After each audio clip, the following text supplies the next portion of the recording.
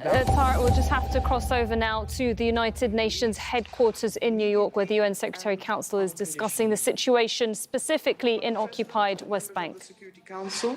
I now turn to the reading of the 33rd report of the Secretary-General on the implementation of Security Council Resolution 2334 of 2016. This report covers the period from the 7th of December to the 13th of March 2025. Security Council Resolution 2334 calls on, and I cite, Israel to immediately and completely cease all settlement activity in the occupied Palestinian territory, including East Jerusalem, and to fully respect all of its legal obligations in this regard. End citation. Settlement activity has nevertheless continued at a high rate. During the reporting period, Israeli planning authorities advanced or approved approximately 10,600 housing units in settlements in the occupied West Bank, including 4,920 in East Jerusalem. Tenders were announced for approximately 700 units in the area of the Efrat settlement near Bethlehem in the occupied West Bank. Demolitions and seizures of Palestinian-owned structures accelerated across the occupied West Bank, including East Jerusalem. Citing the lack of Israeli-issued building permits, which are almost impossible for Palestinians to obtain, Israeli authorities demolished, seized, sealed, or forced people to demolish 460 structures, displacing 576 persons, including 287 children and 149 women. Security Council Resolution 2334 calls, and I cite, for immediate steps to prevent all acts of violence against civilians, including acts of terror, as well as all acts of provocation and destruction. End citation. Unfortunately, the high number of fatal incidents across the occupied Palestinian territory and Israel precludes from detailing all. Madam President, in Gaza, according to the Gaza Ministry of Health, at least 1,897 Palestinians were killed, and at least 5,979 were injured during the reporting period. According to Israeli sources, 59 hostages are still alive, being held captive.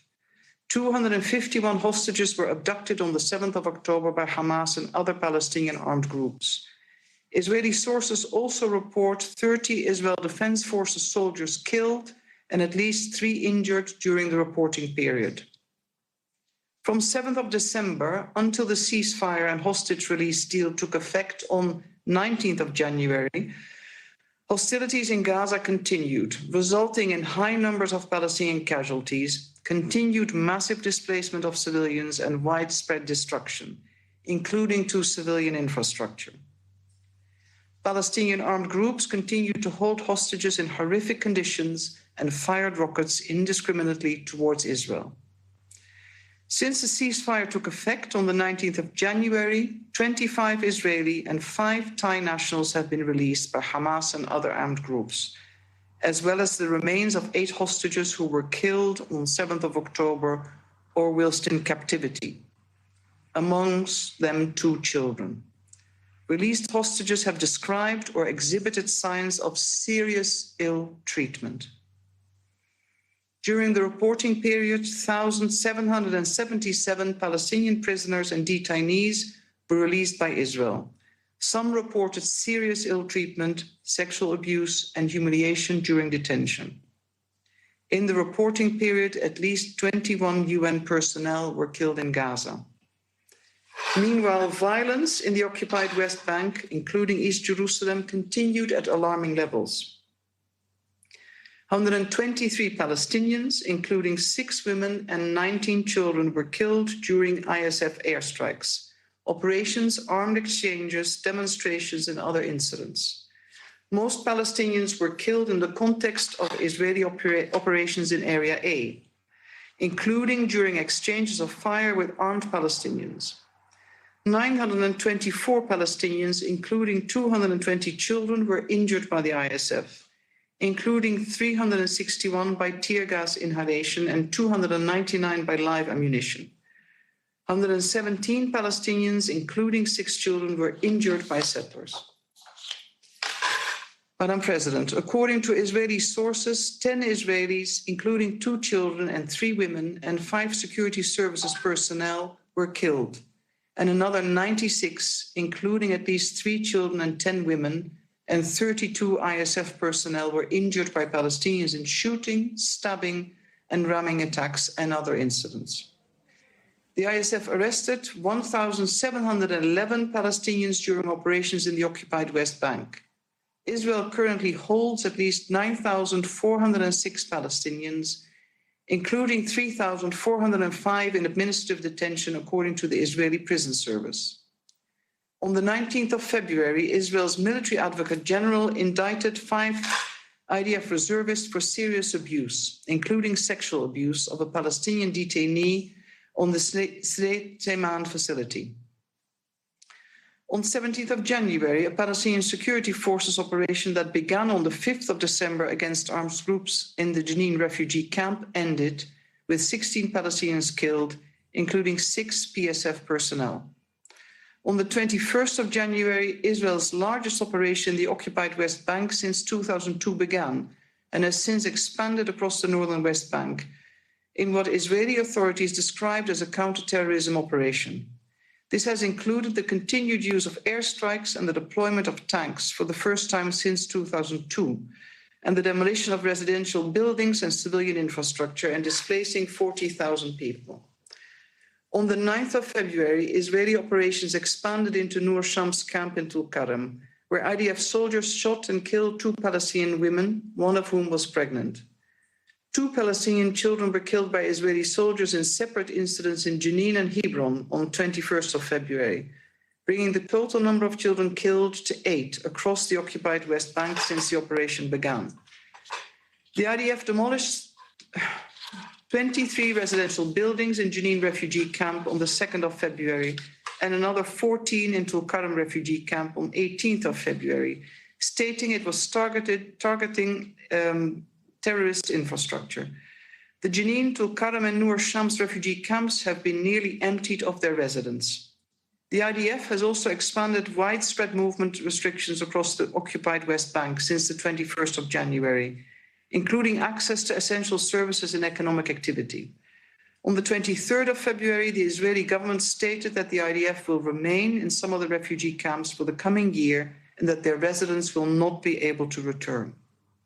Settler-related violence continued throughout the reporting period. Between the 15th and 20th of January alone, for example, large groups of Israeli settlers attacked 11 Palestinian towns and villages across the occupied West Bank, injuring 17 Palestinians, including 2 children, and damaging property. Palestinian attacks against Israelis also continued. In Palestinian shooting attacks on vehicles on the occupied West Bank, a 10-year-old Israeli child was killed and 3 Israelis injured on 11th of December. And 2 elderly Israeli women and 1 policeman were killed and 8 people injured on the 6th of January. Madam President, the Security Council, in its resolution 2334, called upon both parties to refrain from provocative actions, incitement and inflammatory rhetoric. Unfortunately, such acts have continued. Hamas officials continue to call for violence and attacks against Israelis and encourage escalation throughout the occupied West Bank. Palestinian officials, social media and media channels continue to glorify the perpetrators of attacks against Israelis. Senior Israeli officials continue to call for the displacement of Palestinians from the Gaza Strip, a return to full-scale war and re-establishment of settlements in Gaza. 2 ministers called on the prime ministers to, citation, open the gates of hell, end of citation, on Gaza if all hostages are not released, taking over the entire strip, removing its population and cutting off electricity, water and humanitarian assistance. Some Israeli officials continue to call for the annexation of all or parts of the occupied West Bank. Madam President, Resolution 2334 reiterated calls by the Middle East Quartet for affirmative steps to be taken immediately to reverse negative trends on the ground that are imperiling the 2-state solution. End of citation. When the ceasefire came into force on the 19th of January, the surge in the entry of supplies into Gaza and improved access enabled expanded delivery of life-saving assistance and services across Gaza by UN agencies and other humanitarian actors. Over 57,000 metric tons of food was brought into the Gaza Strip in the first month, and more than 1.9 million people have received food parcels since the ceasefire began. However, since the 2nd of March, the entry of all humanitarian and commercial supplies into Gaza have been halted by the Israeli authorities, severely impacting humanitarian operations. Israel has also cut power to southern Gaza's desalination plant, limiting clean water access for 600,000 people. On the 1st of February, medical evacuations started through Rafah crossing into Egypt.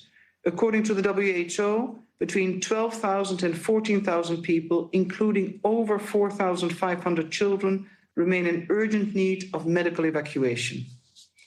On the 18th of February, the World Bank, the UN, and the EU, in consultation with the Palestinian Authority, released the interim rapid damage and needs assessment report for Gaza and the occupied West Bank. This estimated 53.2 billion is needed over the next decade, primarily for Gaza. On the 30th of January, Israeli legislation that seeks to prevent UNRWA from operating in the territory that Israel regards as being part of the State of Israel, which includes East Jerusalem, came into effect. On 18th of February, Israeli forces and municipality personnel forcefully entered the UNRWA Kalandia training center in East Jerusalem, fired tear gas and sound bombs in its vicinity, and ordered its immediate evacuation, impacting at least 350 students and 30 staff members. Israeli police officers also went to several UNRWA schools in occupied East Jerusalem and ordered their closure. The PA's financial situation remains precarious. On the 12th of January, the Israeli Minister of Finance announced the full repayment of debt it claims was owed by the PA to the Israeli electric company by transferring 550 million of the 1.2 billion of Palestinian clearance revenues that Israel has withheld from the PA since October 2023. President Abbas issued a decree on 10th of February cancelling payments by the PA to families of Palestinians killed during or imprisoned following attacks on Israelis. The decree specified that social welfare support based on need will be provided to families through a separate entity. Madam President, in Resolution 2334, the Security Council also called upon all states, and I quote, to distinguish in their relevant dealings between the territory of the State of Israel and the territories occupied since 1967, end citation. No new steps are known to have been taken in the reporting period. Resolution 2334 also called upon, I quote, all parties to continue inter alia to exert collective efforts to launch credible negotiations on all final status issues in the Middle East peace process, end quote. On 19th of January and 17th of February, the third and fourth meeting of the Global Alliance for the Implementation of the Two-State Solution were held in Oslo and Cairo, respectively. The meetings continue to advance efforts towards the implementation of the two-state solution while supporting the ceasefire and hostage release deal. On March 4th, Egypt hosted an emergency summit of the League of Arab States. Let's see if we can unpick all of what we're hearing there. This is the discussions on the resolution. Israel is not abiding by Resolution 2234 adopted in 2016. Gabriel Elizondo joins us live now from the United Nations headquarters in New York. Gabriel, that was really comprehensive. Everything that very detailed information on Israel's military in the occupied West Bank as well as occupied East Jerusalem, but also the fact that captives are still being held. It was very comprehensive. Talk us through it. Yeah, that's right. There's quite a lot to unpack there. Let me just take a step back and remind our viewers exactly what they were just watching there. That is Sigrid Kaag, the UN Special Coordinator for the Middle East peace process. She has that role right now, while the Secretary General looks for a more permanent person to fill that role. This is a quarterly briefing, 4 times a year, to the Security Council, and it's about the resolution 2334. of 2016. That resolution, as you heard there from Sigrid Kaag, she said it really called for many things, but two: demanding Israel halt illegal settlement activity, period, full stop. Also to halt any violence against civilians. Clearly, as she read the report that dates back several months now, so this is the most recent information we have, Israel has not only not done those two things in the last few months, but actually done just the opposite. As she laid out, settlement activity has been on the increase. In fact, from various UN officials, Israel is planning or building illegal settlements at a pace not seen before in many years. And in terms of violence against Palestinian civilians, we have seen that very much on the increase as well. She laid out examples of Palestinian women being killed, including one pregnant woman. The number of Palestinians displaced in the thousands, tens of thousands to be exact. The number of Palestinians killed in the hundreds, again, just within the last couple months or so.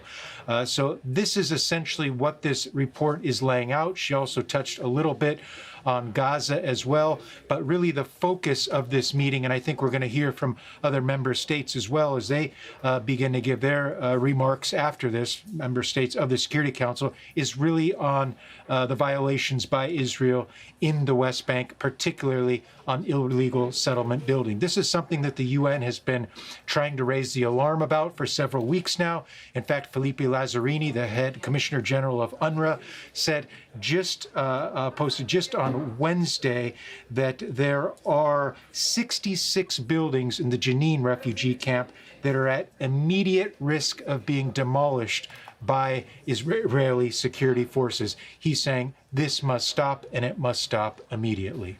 Okay, thanks very much, Gabriel Elizondo there in New York.